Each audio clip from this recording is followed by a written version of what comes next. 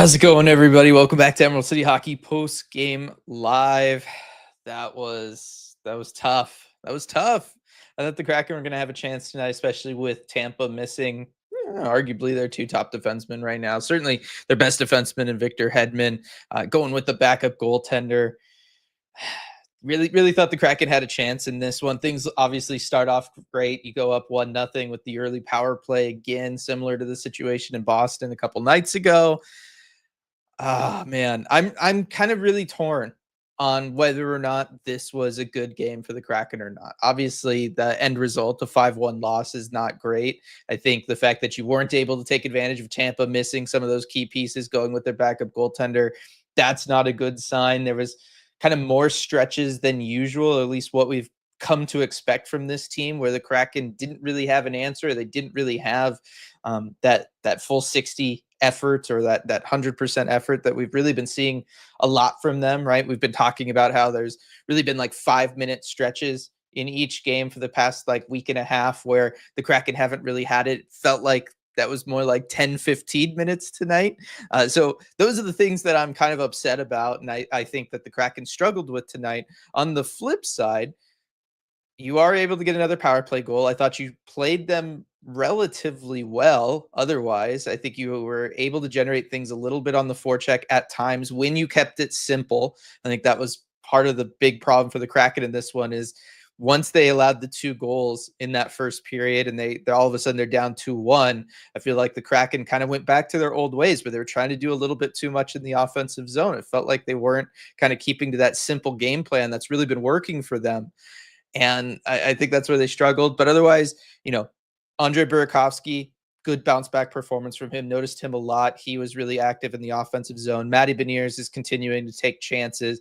He's not finding much success right now. I mean, similar with Berkey, but Matty Beniers is continuing to shoot the puck. He is continuing to have plays find him in the offensive zone. And I think that that's a big step and a big growth for him.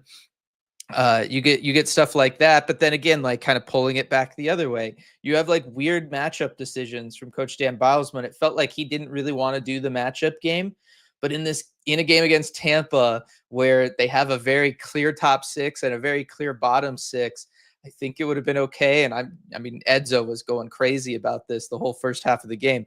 Would have been okay to maybe play the matchups, at least with your defensive pairs there. Don't have Riker Evans and Will Borgen out there against Tampa's top line, maybe. Just an idea. But we didn't see that. And I do think that was a little bit of a reason why the Kraken struggled at times to get out of their own zone. But I think really the big thing for me that I was kind of surprised to see, and I think was ultimately what kind of did them in, was that lack of simplicity in the offensive zone. They did a great job through this, the end of the first period into the second period of being able to get their transition game going. They were getting the puck up ice. They were moving the puck up the ice. They were getting their controlled zone entries.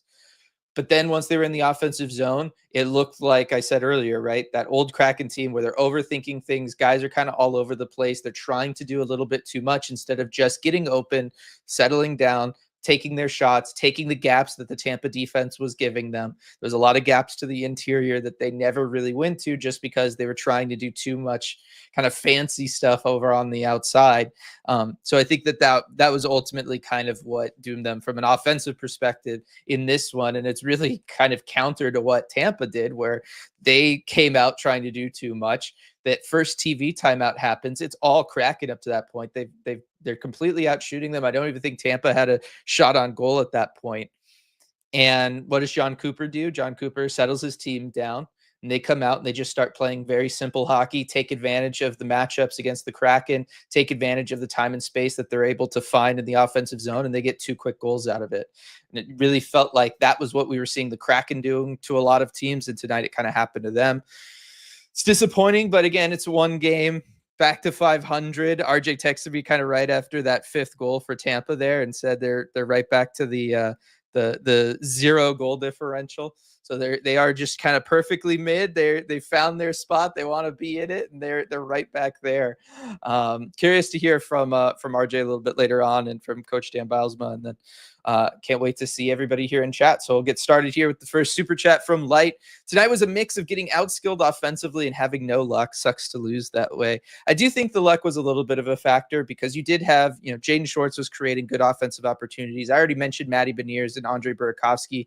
They were getting their shots, but they just kind of never went in. Berkey hits a post. Matty has that unfortunate one where it's that 2-on-1 opportunity and just doesn't quite handle it the way I'm sure he wants to. And it doesn't even end up being a shot on goal. You have other situations where the Tampa goaltender completely loses the puck, and you have Eeli Tolvanen there, and he's trying to jam it home, and he's just not able to kind of find a gap.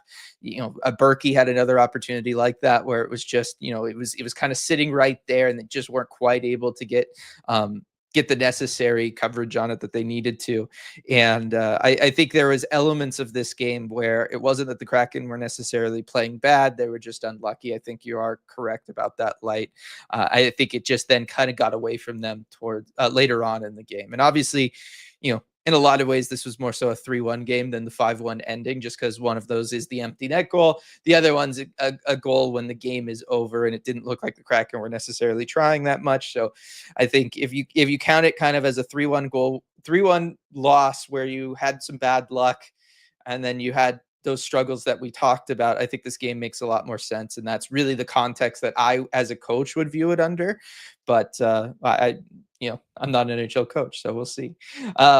And then, Tampa's got guys that right now are just on a tear, right? Hagel, Point, and Gensel. They're just all going crazy. Kucherov always goes crazy, so I'm not I'll leave him out of it. But they have guys that are playing really well right now, and they kind of continued that trend against the Kraken tonight. And the Kraken, that Shane Wright line played well again. They were the line to kind of try to get the Kraken back into the game, try to generate some momentum for them. Just not able to kind of match what the skill on the other side's able to do. Schultz with the super chat, appreciate that. I want to see Mahura back in the lineup. I'm with you, Schultz. I texted RJ about this during the first period, actually. And I was just like, it was after, I believe it was the second Tampa Bay goal where, the Braden Point goal, where I was just, I know there's a lot of Will Borgen fans in the chat. I was just like, I don't understand how you could have Will Borgen in the lineup when you have Josh Mahura there as an option to play instead, because that was a situation where, and not to just single out Will Borgen, Riker Evans also kind of played that situation a little poorly, but both of those defensemen on that third pair for the Kraken, I don't know what they're doing. They're kind of standing around like statues, and they're just letting this play develop around them. And I am like, you can't really do that, guys. So I'm with you, Schultz. I would like to see Mahura back in the lineup. If it was up to me, I would replace Will Borgen. But to be honest, Riker Evans also had kind of a bad game in this one, so you could kind of go either way. But I do think Josh Mahura is just a lot more of a steady Eddie that you can have back there, and is not going to, be a statue when other teams kind of get down low. He's not going to puck watch. We know that about him, right? He plays a very solid, dependable, consistent game. And that's, what you need against top offenses like Tampa has. You want to have that consistency out there, especially from your third pairing, because there is going to be times where you're not going to be able to play the matchup perfectly. You need to make sure that they don't get killed by it. And unfortunately, that third pairing for the Kraken tonight did get killed by those matchups against Tampa's top group. So I'm with you all the way, Schultz, on that one. B, once again, the Kraken are unable to resist the allure of NHL 500. That is right. We're right back to 500. And like I said, RJ with the stats, 0 goal differential, just perfectly balanced, right? That's where we're at with this group, unfortunately. Every time we get kind of some of that good momentum going, there's a game like this. And, look, they're still this is kind of, towards the end of that tough stretch in the schedule for them. But it really did feel like coming into this game that, maybe this was going to be a night where you could take advantage of Tampa missing some key pieces or just not having them in the lineup. And unfortunately, did not happen. Sean, Tampa's really good. Seattle could have been much better. I guess we're back to scheduled losses again. I mean, I don't want to go all the way there, Sean. I don't think you're like completely out of it by going there. I don't want to go there. I think this was one where it's one of those like little wake ups of like, okay, no, we really gotta, keep that effort if we're going to win, right? Because when you are outmatched offensively, you are outmatched skill wise, which we know this group is going to be on realistically most nights. You do have to outwork the other team. They started the game that way. You could tell. I mean, the Kraken were all over Tampa Bay. Tampa could get nothing going. The Kraken smelled blood in the water. They were pouring it on. It was just that TV timeout happens. Tampa's a good team. John Cooper's a good coach, able to kind of simplify things, go out there, and they're able to reverse the momentum. But I think that on most nights, the Kraken are going to have to outwork their opponent. They have been doing that. That's why we've seen them beat good teams or at least play good teams close. And that trend sort of continued tonight at times anyway. It's just something that, maybe you need games like this every so often as a reminder. Ideally, you wouldn't, but I think that's kind of where they're at. Light with another one. Call up Ottawa and reward his good AHL play. Billy Ottavainen. You could call up Ottavainen, but again, you have Josh Mahura there. Like, I would put in Mahura and try to work things out there. I know Ottavainen's been playing very well at the AHL level, and he is going to be somebody that's very much, most likely going to be a part of the Kraken group next season. I don't know that calling up a guy and then trying to work him into the system, this group, have him develop chemistry with everybody, kind of go all that way is the most realistic option for them, especially, like I said, when you have Josh Mahura, who's already played well with these guys. He's shown that he can get the job done at the NHL level and with this group of players specifically. So I think that would be maybe a little bit of a stretch, maybe a little bit of a reach light, unless there was to be another defensive injury. Then maybe you see something like that where Ville Ottavainen comes up. But I think right now you're looking more at Mahura just rotating in for one of Riker Evans or Will Borgen. And that's Kevin, super chat here, still getting the wild card spot. Kraken got this. Love the support and the belief there from you, Kevin. That's some good stuff. And look, they very much still could have this. I think you want to get to the holiday break over 500 if possible. You kind of got to end the year over 500 realistically if you want to kind of have the playoff odds in your favor, or at least trending in your direction. It's not going to be the end all be all. Teams have been in worse spots and still made the playoffs. But I think it is important that if you are going to have nights like tonight, that it is what I was kind of talking about a couple minutes ago, which is these are, one of your one step back games. And so you go out there 2 steps forward, 1 step back, and you just kind of have every so often one of these games against a good team where it's that reminder of, we need to really make sure we have that effort each and every night, try to generate a little bit more offensive chances, particularly on a night where you kind of have bad luck. It means you kind of got to overcompensate, right? You got to find even more offensive chances. If you're going to have bad luck on a night, you got to go out there and try to find some good luck then. And the Kraken didn't really do that in this one, but as long as you treat this as your 1 step back this game and you use it to kind of springboard back into taking a couple steps forward, games like this are okay, right? RJ and I talked about you're in great playoff shape if you kind of, 2 wins and 1 loss every 3, group of 3 games the rest of this season, right? If you can kind of get to that 66-6, 66-7, right, win percentage the rest of the way, you're going to be in okay shape. And so this could be your 1 loss for a 3-game stretch. Go out there and make sure you beat Ottawa on Tuesday. JTB Hockey with the super chat here. Appreciate that. Let's bounce back Tuesday and get a win against Ottawa. This is what I was talking about. Hashtag play Mahura. Hashtag we need puck luck. Yes, Kraken have been doing a good job of getting some of that puck luck tonight. It wasn't quite there for them. It happens. It happens. And then, yes, obviously, Josh Mahura on a lot of our minds so far in this post-game live. Appreciate the support there, everybody, with the super chats. Alex, howdy y'all. Didn't see too much to find fault in with the Kraken's game tonight. They did a good job of generating chances, and the defensive effort was definitely there, generally speaking. I agree with that. I think for the most part, the defense did, as good a job as they could trying to keep Tampa to the outside. We saw the few times that Tampa was able to get to the inside, they basically were automatic. And so I think, it's one of those, again, it sucks that if you just take 1 play off, or if you just struggle and you lose focus for 1 play, that you get burned by it. But that's just the that's just the realities of playing a team like Tampa Bay, where they're going to have a top six that's going to have guys like a Brandon Hagel, or they're going to have a Braden Point, where they are just waiting for you to make that one mistake. And on the flip side, we see the Kraken take advantage of a lot of those opportunities from other teams here recently in these last couple of weeks. Just weren't able to kind of do it against a Tampa defense that was dealing with injuries, and that is unfortunate there. Kyle grew back to getting King Felix run support. Oh man, that brings back some rough memories there, Kyle, of King Felix pitching for the Mariners, and just the amount of like 1-0 games poor King Felix had to suffer a loss in. Just brutal, absolutely brutal. Chris, Matty, tough to watch. Hope he can turn it around. He's really trying, and again, I want to support him because he is really, he's being aggressive in the offensive zone. He's doing a lot of the things that we've wanted to see from him for a while now. It's just that he hasn't really, it's just been tough for him. He hasn't had a lot of puck luck. I don't know what his shooting percentage is, but it wouldn't surprise me if it's if it's on the lower side. I know he doesn't have like an all-world, all-star level shot. It's just not really his game, but he is generating shots. Coming in this game, shooting percentage is 7.1.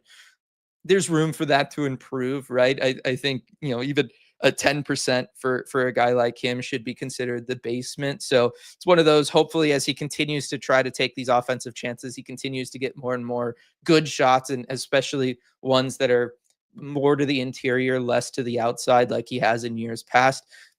Some regression will happen, and he'll be able to pick up some goals, and he'll at some point probably go on a little bit of a run. In theory, that's what would happen for most guys.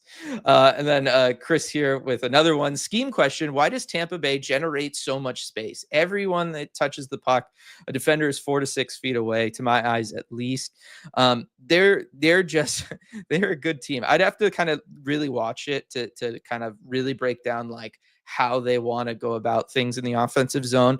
But just from like what I could think of off the fly watching them tonight, one of the things that is interesting about them is they don't really kind of go for a full cycle. So for a full cycle, normally what you'd see, and let me see if I can, with my back, I might not be able to reach down for it.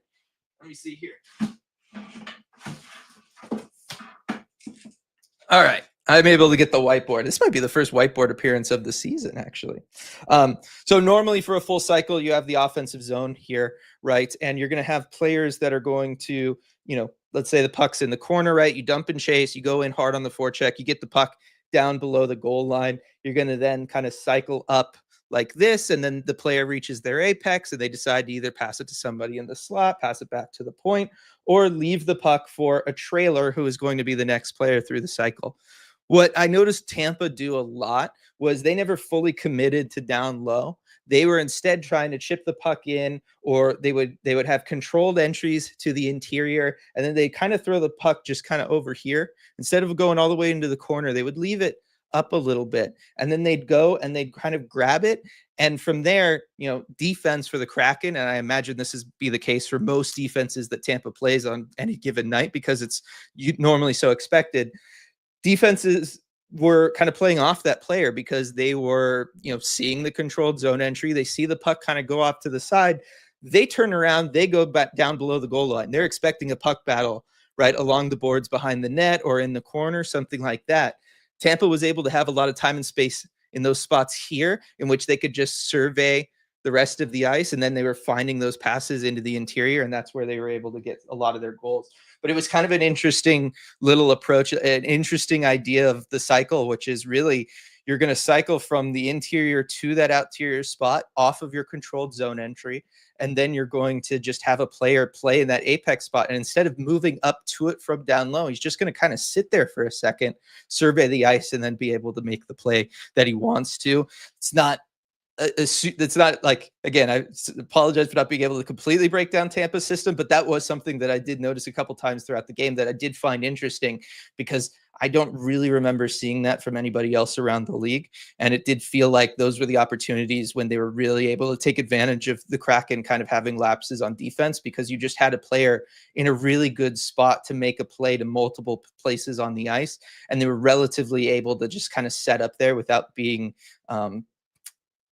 too well defended, we'll say, I guess, without being rushed, I think is a better way of putting it.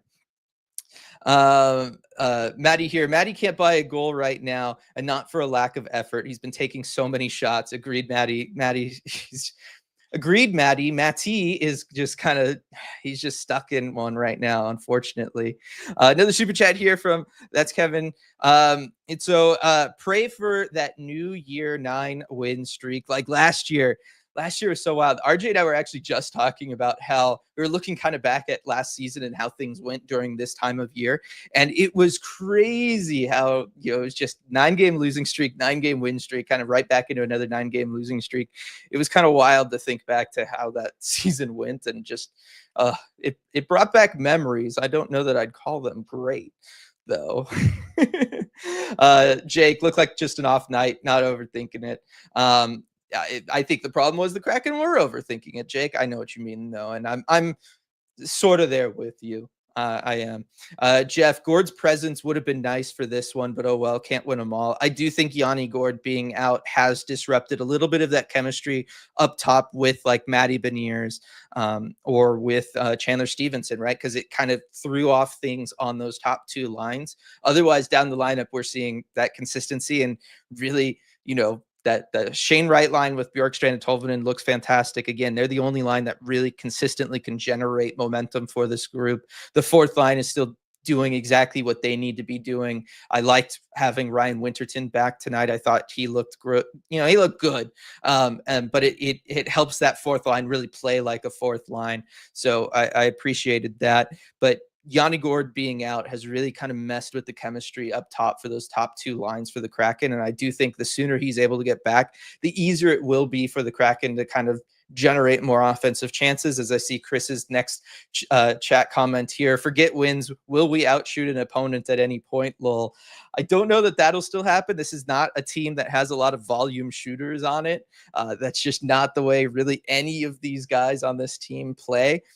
But, RJ and I have talked about this in the past. It's okay to not have volume shooting. It's okay to not outshoot your opponents as long as the shots you are getting are quality chances, right? Because you could take 45 shots and have them all be from the perimeter, make them easy saves for a goalie, and just kind of pump their stats, right? I think the Kraken do a good job of getting to the inside a little bit more this season. They are taking less shots overall, but the quality of their chances has gone up. And I think that's why they've been able to generally find enough offense here these last couple weeks. The first half of the first period, the Kraken were dominant, but once the Lightning took over, they never got it back. It's a little bit of a problem in this one. They were not able to really figure out how to get that momentum back. I agree. Christian, feel bad for Grew. Had another great night, but no goal support again and having defensive breakdowns. This one was a rougher night. I'm curious to hear from RJ what he thought on Grew, because, Grew also did look a little different in this one. He didn't look as aggressive as he did the other night.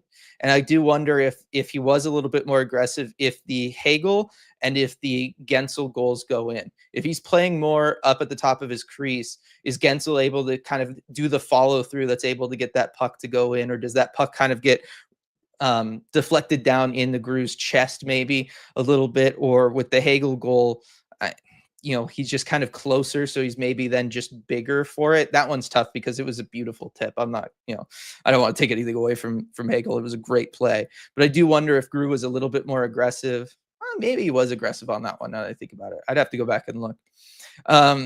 Let's see. Andrew, it unfortunately does not feel like this is a playoff squad. We knew the playoffs are going to be, a lot of things were going to have to go right for them. They were going to have to play to the top of their ability very consistently for them to be a playoff squad. I think we were seeing that though from these last couple of weeks. So like I said, if this is just your one step back, I think that's okay. And I'm willing to wait and see on that one, and we'll see come Tuesday against Ottawa. Maddie, I take 1,000 shots on net that don't go in instead of just passing until the puck gets stolen. Again, right? That's where they got away from their game from these last couple of weeks. They were overthinking things, trying to do too much. Gotta keep it simple. Just throw pucks on the net, be there for rebounds, get screens for those shots. That's all you really have to do. And this one, they did try to play to the perimeter a lot more. And this was really this was the old Kraken team that struggled, right? And this was not the kind of game that we've seen from them. And I do wonder if anybody's going to ask Coach Dan about that, and if Coach Dan is going to maybe say anything about it. We'll find out whenever RJ joins us.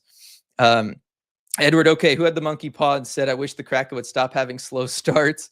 I know they had a good start for this one for sure. Unfortunately, weren't able to keep it past the first TV timeout. Unfortunately, Jason McCann disappears with Chandler. Stevenson, we need to get him off that line.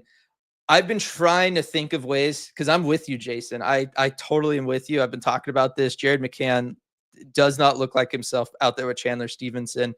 I just don't know where you put him. I guess maybe right now with Yanni Gourde out, you could put him on Maddie's wing, and you could have like a Jaden Schwartz, Jared McCann, Maddie Beniers line. That might be an option for you. And then you just kind of have Chandler Stevenson with Berkey and I don't know who realistically who else you'd stick there. I'm trying to think of who's like a good fit. I guess Brandon Tanev. Tanev would help out defensively, at least with that line, because that line would need a lot of defensive help.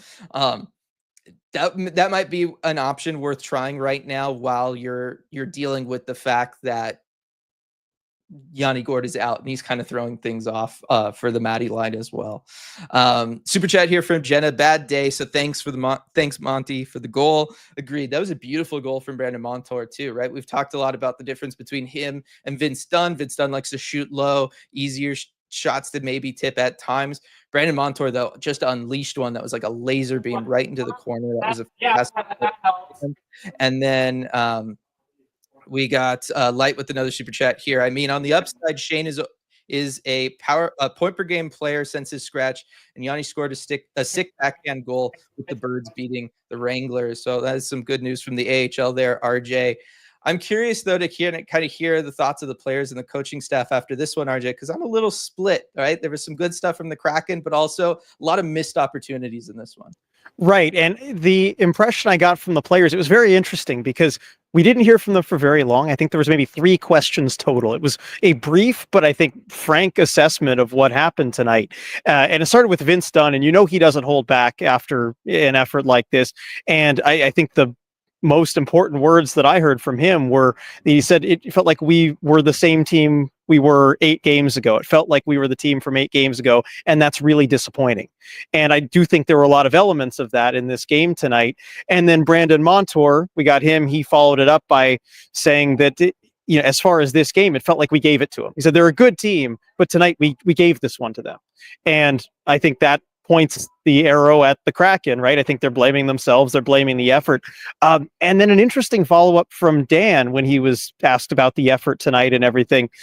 He talked about the team kind of not having the legs, just not having the legs to go into things. And Dunn also mentioned that he felt like the team worked hard, but they didn't work smart. Mm-hmm. But Bilesma said that sometimes when you don't have the legs, the brain tends to follow. And so maybe that's a case of a team being tired after playing every other day for a long time with some back-to-backs thrown in. We do know there's a bit of a bug going around the room and some guys are sick. And so I do wonder how much fatigue played into what happened tonight. The guys certainly aren't using it as an excuse, but Bilesma did mention a few times just not having the legs tonight. All right. Well, it's at least encouraging because it sounds like everything they said was basically everything I've been saying here, RJ. I'm curious your assessment on everything, but my big 2 points have been, they weren't able to have that kind of 55-minute performance that we've really seen from this group. And 2, look, they were right back in the offensive zone to overthinking everything. They got to simplify it, and they were just staying to the perimeter. They were trying to do too much, and then the offense just dried up. Imagine that. I know they were trying to kind of create chances, that perfect opportunity to score, which I wonder if that stretch in the game, they score obviously on the power play early on in this one. And then after that, they had the Lightning on the ropes. It felt like that early power play goal really got in Tampa's heads, and the Kraken were buzzing. They were creating lots of chances. They weren't able to get one. And I think that one might have been even the Lightning are never out of a game, but a knockout blow of sorts, right? Mhm. 2 goals early on kind of would have felt like that Boston game. They weren't able to convert on that. And I wonder if it got in their heads a little bit of thinking, okay, we need to kind of create a perfect chance. Johansson's going to have a good game tonight. And maybe there was that bit of an adjustment. But I do think there was that overthinking in this one. There were times, too, where I felt like the skating wasn't there, as Dan Bilesma said, like the effort wasn't there. And there were times I felt like also they tended to get demoralized a little bit. When Tampa got momentum, the Kraken didn't really simplify and put in the work to go get it back in the way that they had against Boston or in a lot of these previous games. It felt like the opposite of what we had seen, where as soon as the Kraken realized it wasn't going to be easy and that they were going to have to put in the work, they just weren't up to it. Whereas in the last few games, it felt like that was the way the opponent was feeling a lot of the time. Yeah, no, it was.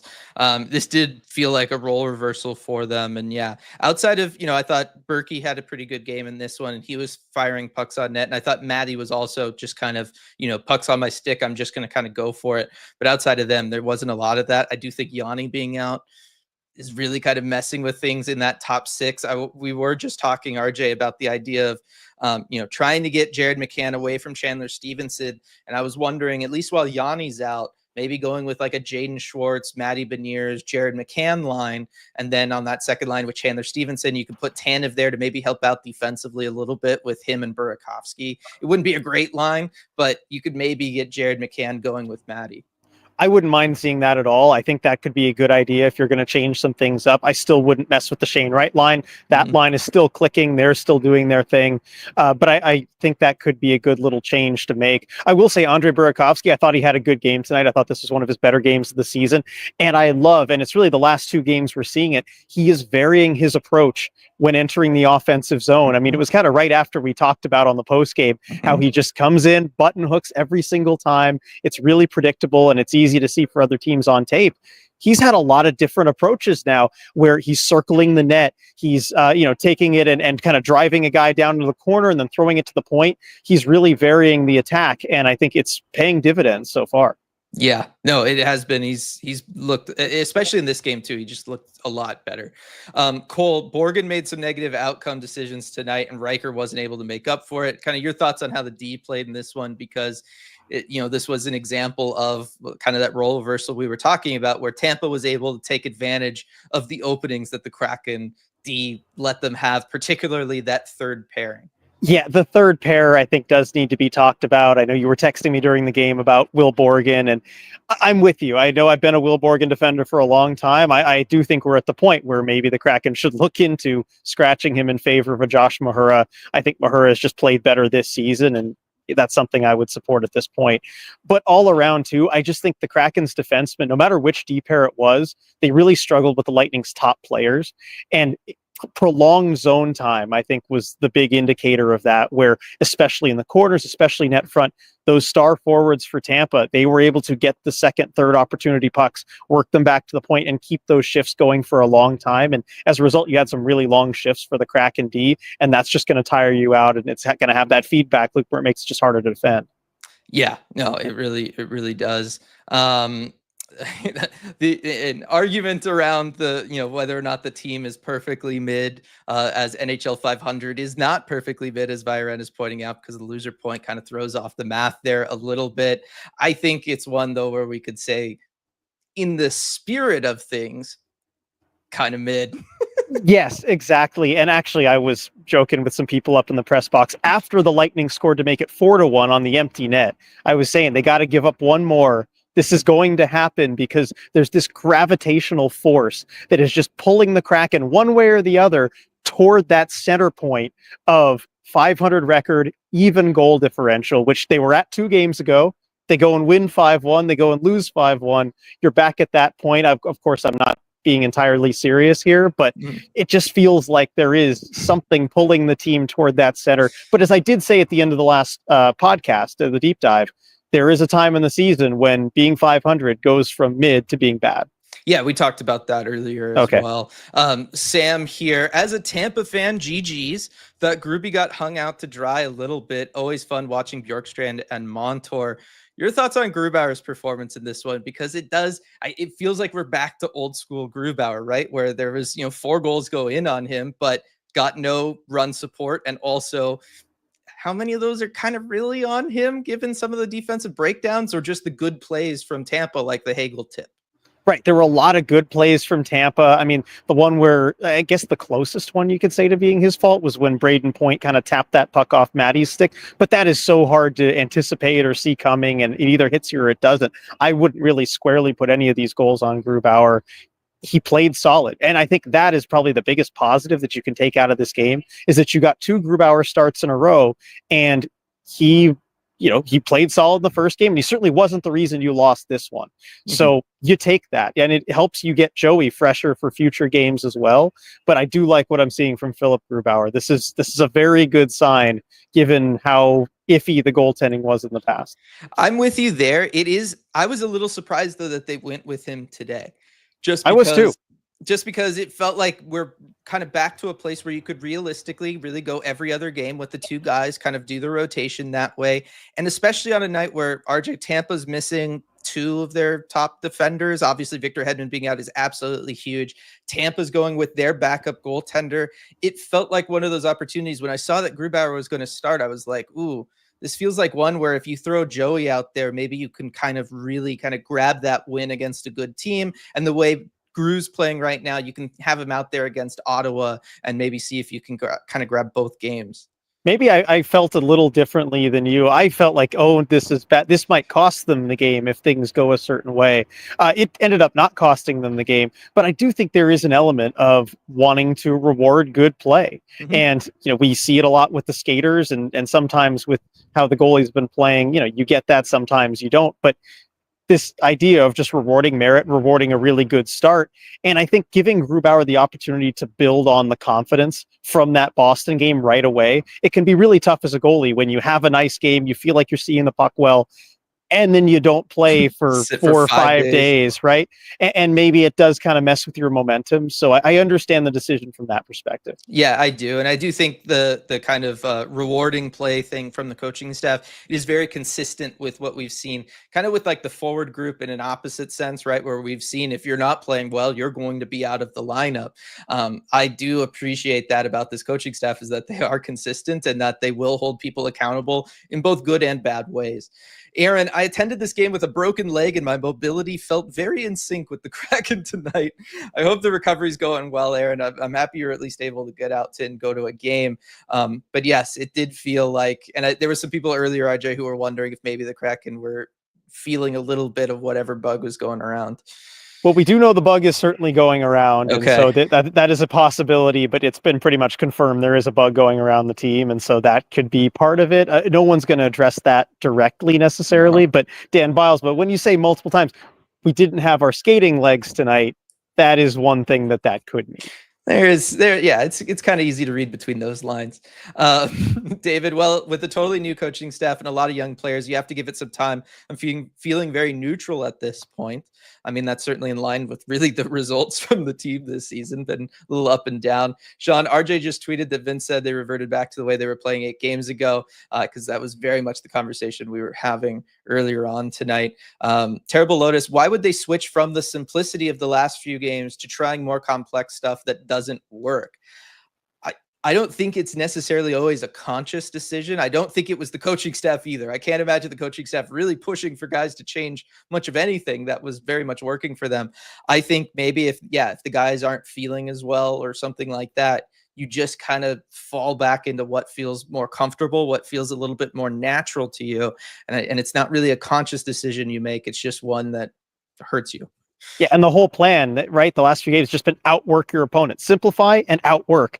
And if you're not feeling well enough to outwork, it's hard to get yourself to commit and buy into that. Yeah.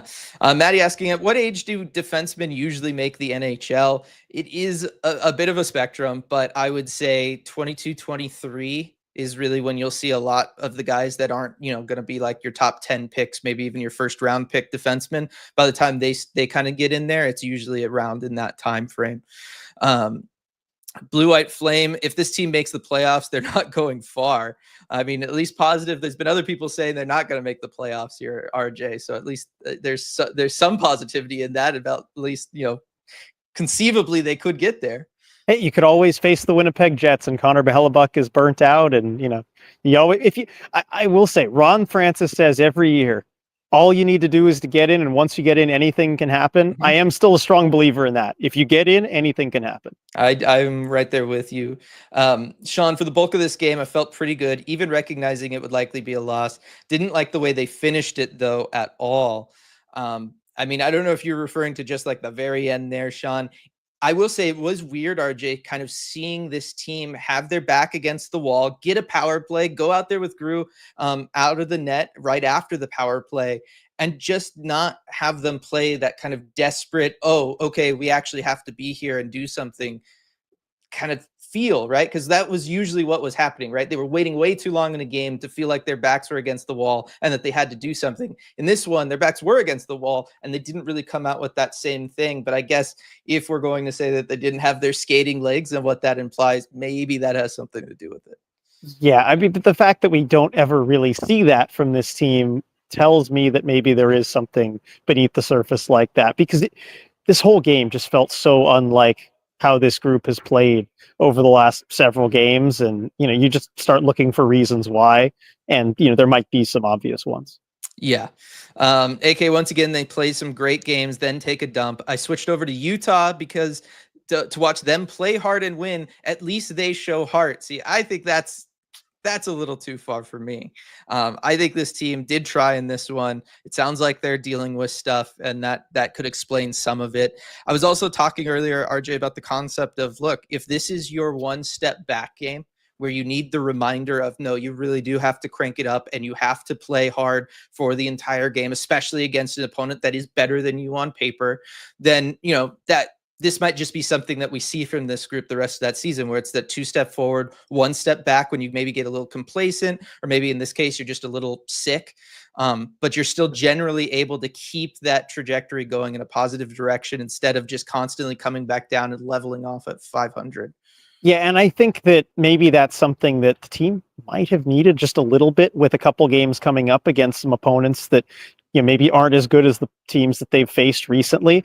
And especially too, the way that these last two games have started. Again, the Kraken started on time, they were doing great. But you're not always going to be spotted those kind of power play opportunities to start a game. And certainly even if you are, you're not going to score on them all the time. So just kind of remembering that you got to operate in a way where you're not going to be given a 2-0 lead right off the bat. I mean, they did things to earn it, but still, it's not going to work out in that way for you every single game. No, it won't. You're going to, I think, like these here, RJ. First one from Ricky. Wright should never play fewer minutes than Brandon Tanev, ever. Adjust for the PK. Shane Wright has to see more ice time. And Light saying Tanev plays on the PK. We went on it a lot. Makes sense he had more time on ice than Shane. And Tanev was playing with Matty on the top line. I understand that how Tanev was able to have more time on ice, RJ, but I am on the other side of the argument where Wright should still have more. He should, although I don't know. Has it been even more than a handful of games ever that he's had more ice time than Brandon Tanev? Where they both played? That's a good point. Because Wright's career high is 16, 17. Tanev is usually, I mean, he can be below that a lot, but this season, not much. I was going to say, Shane is still working back from like how little ice time he was getting at the beginning of the year. Coming into this game, Shane was averaging 13.02 and Tanev was averaging 14.41. But it felt like recently they were a lot more in line with each other and it was about even. And Shane was still able to get 14.42, so kind of close to around that 15-minute mark. Yeah, by his standards, compared to his other games, that's decently high. Yeah. And then I was kind of breaking down how Tampa doesn't really cycle in the traditional way. We had a kind of a scheme question earlier about how Tampa sets up in the offensive zone and how they're able to get guys kind of so open for those chances on the inside that we saw result in at least those first 2 goals for them. So this question's in response to the Whitebird work I was doing. Terrible Lotus. If Tampa regularly doesn't cycle deep, or however you'd call it, shouldn't all the other teams be aware of that and figure out counters ahead of time? Yes.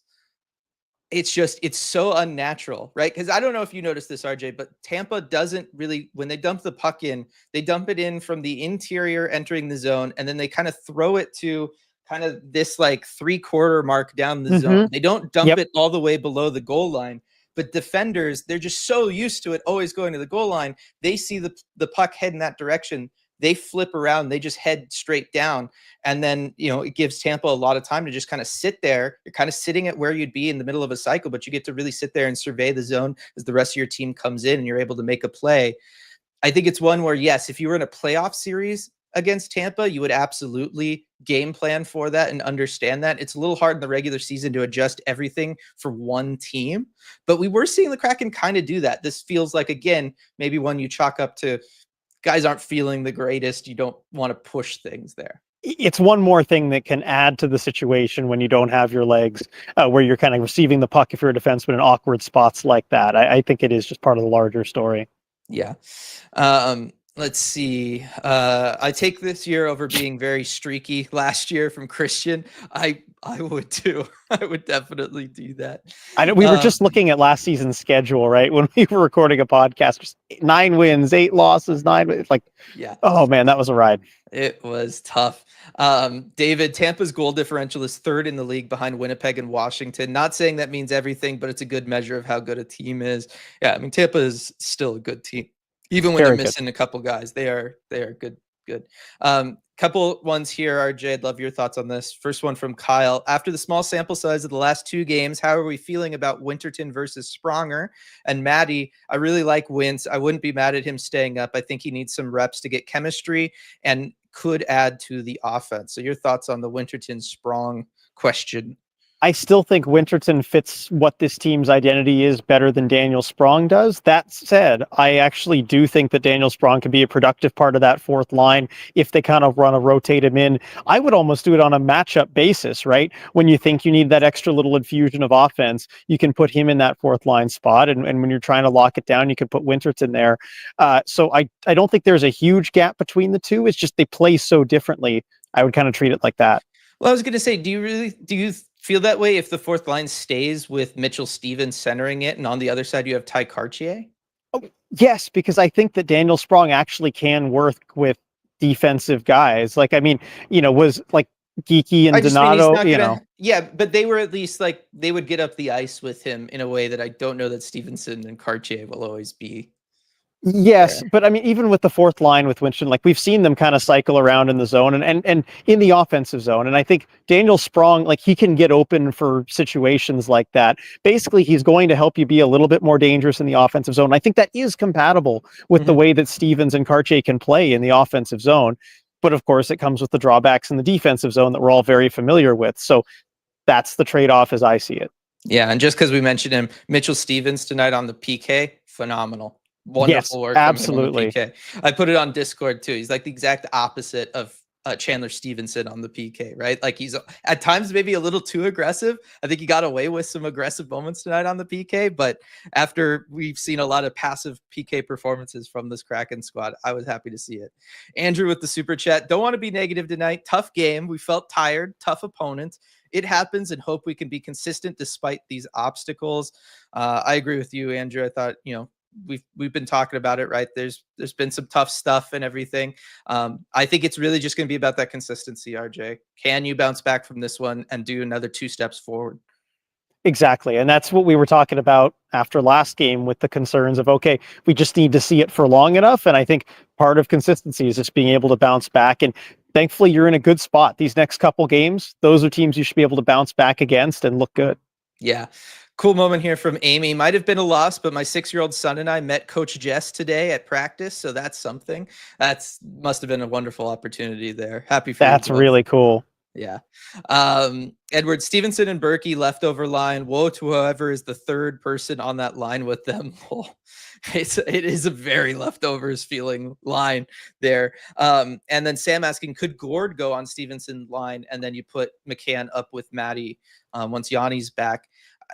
I don't know that it would have the same effect, just to be perfectly honest, because I feel like Maddie very specifically is a guy that directly benefits from Gord doing what Gord does, right? Because Maddie's trying to work on going to the slot more. He's trying to be less of a perimeter player. And Yanni Gord really opens up those lanes for him in a way that McCann won't. And also, Mitchell, if Gord's opening those up for Chandler Stevenson's not going to take them. Exactly. So, That's what I was going to get to, is that Chandler Stevenson's never going to go to those parts of the ice, even if Gord opens the things up. Yeah, and then Terrible Lotus asking, is there any news on Yanni? Not really. Well, aside from this morning where he's still day-to-day, he's still working back. And also it sounds like he is sick in addition to the lower body injury. So dealing with a couple different things there, but it sounds like he's not too far away. I wouldn't be surprised to see him come back on Tuesday, but again, no official update regarding that. Hopefully the extra day off before the Tuesday game helps everybody get a little healthy here. It sounds like it might. They could use it. Yeah. And then this it's got to feel really good for you, RJ, especially since you've predominantly been the one doing this, especially here recently. But this from Christian: I like how this season the interview answers by the players and coaches address specific issues, unlike previous years where it was always a mystery. Exactly. It is very nice, and it does feel very different this year as far as addressing things and being straightforward. It's so nice. And then also, I forgot, because it's been a while, I feel like, since we've really talked to him, but Vince Dunn, after a loss, he always gives great stuff. And he really takes time to think about, how he feels about the game, and he doesn't hold anything back. So just want to give some credit to Vince Dunn there, because a couple fantastic quotes from him tonight. Yeah, no, it was good. He was really good after that home loss to the Sharks when they lost back-to-back days. And he was the one who was like, guys are trying to do too much. We're overthinking everything. We need to just play simpler. And then obviously they go out there, they do that, and they find a lot of success. He is definitely a good one for after the loss. It's a bummer when they're a good player to talk to after a loss. Joey's kind of that way too, RJ, because then when it's like a brutal loss, everybody just requests them. Poor guys always have to answer questions after a loss. But I guess, it's the trade-off. Viren, I saw the Twitter question after the last game about whether this was the best run of goal support Grubauer has ever had.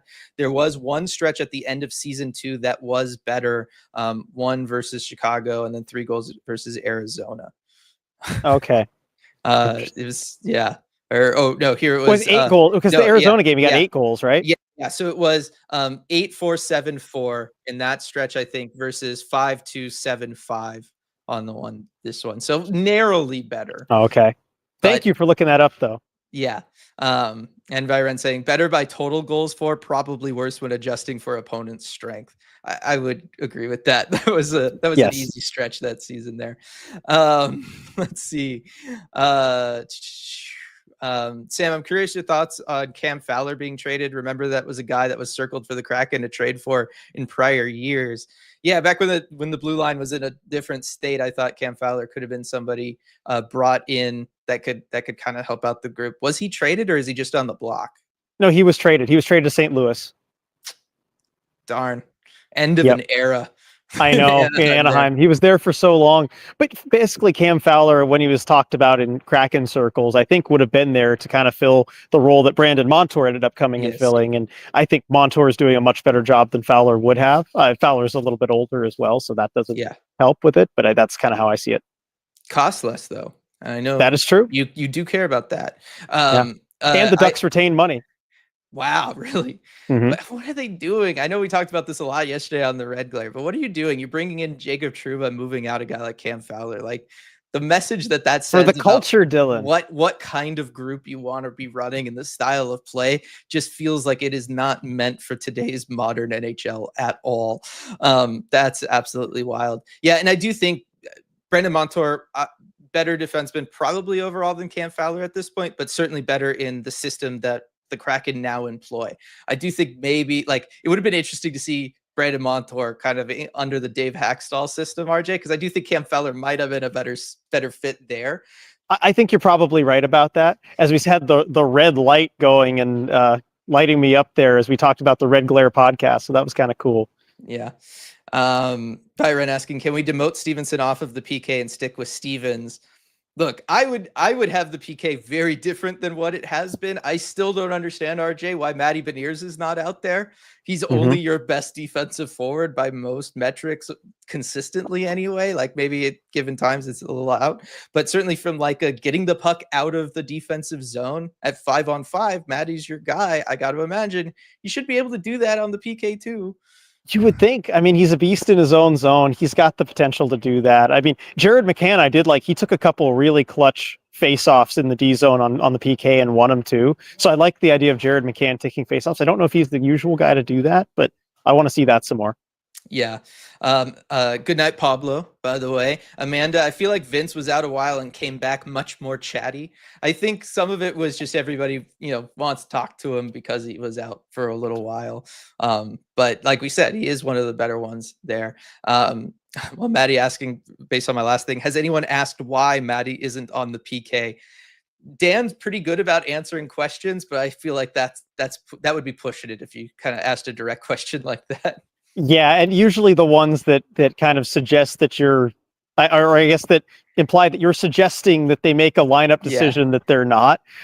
Coaches generally don't react too kindly to. Yeah, they don't like suggestions from the media all that much. Stratic, not liking the shape of the West right now. Tough to see who falls out of the top 8. Unlike the East, where I think the Kraken would currently be in the last wild card. The West does look tougher this year right now anyway, RJ, and the out of town scoreboard was not great for the Kraken here either. So as they're finding consistency or trying to find consistency anyway, and figuring out how good they can kind of be on a night by night basis, it does not help that really nobody is falling down in the West the way that in theory they should be. Looking at you, Calgary. Yeah, exactly. And there's always some teams usually that kind of fall out of those spots that you don't expect. In the East, we're certainly seeing it with the Rangers, with the Bruins, both of them looking pretty bad, both of them looking vulnerable. In the West, there really hasn't been anybody yet. And that is going to be something I think the Kraken are going to need if they're going to make the playoffs. One of those top 8 teams, and there does seem to be a pretty clear top 8, is going to have to fall apart. There's still a lot of season for it to happen. Yeah. Things happen, injuries happen. It's very possible, but we just haven't seen it happen yet. Yeah. And then Zoe, I've always wondered why it felt like Dunn did media after every terrible loss, and now I have my answer, lol. Always feel like Dunn and McCann were stuck doing media after losses like these. They kind of do get stuck doing it sometimes. It's unfortunate. Like, you hate to, make them get out there and do that, but they give us really good stuff. And there's a reason why because we do request it. The media requests who we get. And there's a reason why we do that.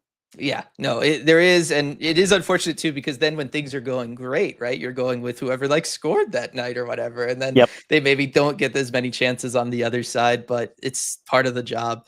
David, Vancouver supposedly shopping Vincent Desharnais. Is he any good?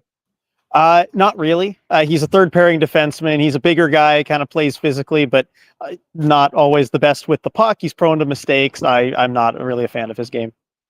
I've seen him have some pretty epic fights. He has. No, that he can do. I have seen that. Wasn't he the one that Alexiak fought that went on for like 2 minutes or whatever? That was Nick Delorier. That was Delorier. Yeah. Desharnais can also throw hands though. Nadia, let's see. Calgary has to fall, right? In theory. Even if they do, though, one more team kind of between the Colorado, Edmonton, Vancouver kind of has to fall out of it. Yeah. Gonna do a last call here for everyone. Go ahead. We got a couple of minutes left. I'm kind of down at the bottom of chat here. RJ, looking ahead to Ottawa, what's your read? I know, going into the season, you thought this was the year Ottawa was going to kind of pull it all together. What are you thinking? Well, they're doing better than the Buffalo Sabres, who the team that you thought was going to pull it all together, although neither of them doing particularly well. But the read with Ottawa, I think it's shutting down their top players. They've got some really good guys in Tim Stützle and Brady Tkachuk, players that can make you pay if you let them. And so that's going to be key. And I think especially after the Kraken really got burned by the top line of the Lightning tonight, with a very talented group all on the ice at once, that's something to adjust to. But the Kraken should be able to win the depth matchup. The Ottawa never plays all that well defensively. If you can kind of outwork them and simplify like they have been, I think the goals are going to be there for you. But it's really for the Kraken, I think it's more a coincidence than anything, but really getting back to your game, I think actually will match up well against the next opponent that you play. Completely. This should be another one where if Dan kind of handles the matchups a little bit, you should be in really good shape. And this should be one of those opportunities for that Shane Wright line to really get back on track and really start feasting on things. And just to give everybody an example of kind of how front-loaded Ottawa is, they have Tim Stützle leads the team with 36 points, Drake Batherson 32 points, Brady Tkachuk 31 points, and then a huge drop-off to Joshua Norris with 19 points. on the season. Kind of gives you an idea of what guys you got to worry about out there versus the rest of the team. Hey, you got to worry about Josh Norris too. He's underrated. You've been saying that for a long time. I will agree with that. They also, as a lot of the teams the Kraken have been playing right now, they have a pretty good power play too, and so that's something that they're going to have to kind of deal with. But pretty poor PK, so maybe we see the power play for the Kraken kind of get going as well in that one. Should be good. Viren, lots of Kraken World Junior representation this year. Yeah, tons of guys making that roster. Can't wait to kind of talk about that on Wednesday with the prospect chat over at patreon.com/Emerald City Hockey. Maddie pointing out it's going to be a Joey revenge game, RJ. That's right. Yeah, Joey's original team. I think that'll be pretty fun as a little revenge game for Joey. The team that did not protect him in the expansion draft. I don't think he harbors any ill feelings toward that organization or anyone. I can't imagine him harboring any ill feelings toward anybody, just given how Joey is. General, but as much of a revenge game as there could be. Yep. And then Joshua asking, how'd my boy Tom Helm do as the announcer tonight? I thought he did well the last couple games too, and it has been a bit of an adjustment. I think I liked him better this game just because I had the extra one to get used to it not being Chet. Because the first game, I was like, this PA announcer, he's good, but it just doesn't sound right because it's not Chet Buchanan's voice. And I feel like anybody would sound a little bit off because they're not Chet. But he did a good job, and I got a little bit more used to it tonight. Hopefully, is he going to still be doing it for the Ottawa game? I don't know, because I know Chet's, I think he's in Vegas for his big charity fundraiser, which I would think that'd be a weekend thing. Yeah, probably. So I would think by Tuesday he'd be back, but I don't know for sure. Yeah, we'll see. Hoping I can join for that game on Tuesday. Want to thank everybody for joining us here tonight. Want to thank everybody for the super chats as always. I think that's going to do it for this one. We got one last super chat here, RJ, from Michael just beating the buzzer here. This group really seems to hate the Stevenson. Makes me wonder why the coaching staff sees his play differently. It's a bigger question than we could probably answer in the short amount of time right before we end it. I will say that, look, he does do certain things well, and he is somebody that in ways you can trust with more ice time than other guys. And I think a lot of this comes down to them not wanting to overwork Shane Wright or throw him too much into the deep end. I think that's really why they brought him in at all, was just to have another center kind of cover while Shane Wright and Maddie both continue to develop. I think long term, you're not going to see him get more playing time than those guys. And I don't think that, he'll outplay them long term. I really think that's really all it is. Yeah, as far as the coaching staff's usage of him, I think you touched on it, right? The whole reason that you bring in a center like Chandler Stevenson is to shelter Maddie and Shane and to take that ice time, especially in difficult minutes, away from them. And so I think that's what the coaching staff is seeing. That's the whole reason he was brought in. As far as everybody might be so negative about him, I think the contract is a big part of that. Maybe not living up to that. The analytics don't look very good for him. I think it, for me at least, matches the eye test. So there's things like that, but he does play a very big role for this team. He does. And I think a lot of it is the contract, because otherwise you and I were talking about it, right? And we've said this earlier in the season, he has actually shown up as the same player he was in Vegas. Like, it is very unusual for a player to switch teams like that and continue to play like the exact same game to the same level. He has done that. Like, he has been as advertised for the Kraken so far. Yeah, especially I hate to say it, on the wrong side of 30, right? Most free agent signings that age you see become worse almost immediately after signing that deal. And I don't think Chandler Stevenson has. I think he's the same player he was in Vegas. Yeah.